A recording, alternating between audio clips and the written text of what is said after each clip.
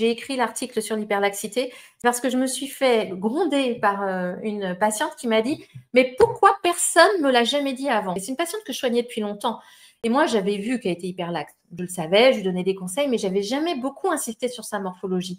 Elle me dit « Mais enfin, depuis le temps que j'ai mal au genou, pourquoi personne m'a jamais dit que j'étais hyperlaxe ?» Alors qu'elle avait consulté sans arrêt. Allez, pourquoi l'hyperlaxité reste peu connue? Eh bien parce que pour la plupart des gens, c'est normal. C'est physiologique, c'est-à-dire normal. Je suis née comme ça, je suis comme ça depuis le début. Après, souvent aussi, l'hyperlaxité donne un avantage sportif. Je sais que le yoga n'est pas un sport, mais par exemple dans la danse classique, l'hyperlaxité, vous allez voir des photos, ça donne une danse plus esthétique.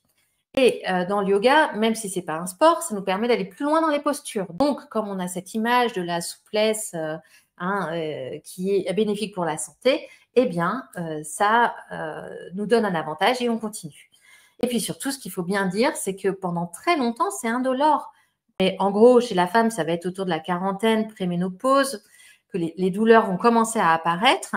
Donc, si vous tombez sur un prof de yoga de 30 ans hyperlaxe, bah lui, il est très bien dans son corps, il n'a aucune douleur, il va loin dans les postures et vous avez envie de faire pareil. Bon, la bonne nouvelle, parce que moi, j'aime pas les discours alarmistes, c'est que à partir du moment où on le sait, eh ben, on corrige tout de suite.